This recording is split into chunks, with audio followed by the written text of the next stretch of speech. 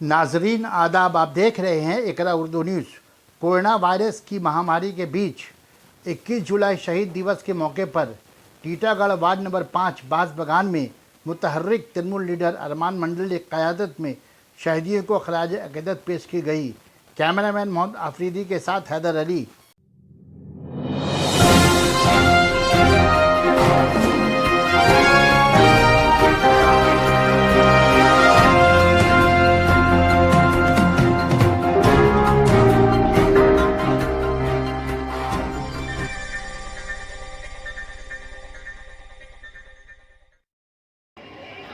वैशी को इंसान बना दे या अल्लाह, अपनी अलग पहचान बना दे या अल्लाह। हिंदू मुस्लिम खाए एक ही थाली में, ऐसा हिंदुस्तान बना दे या अल्लाह। साथ ही साथ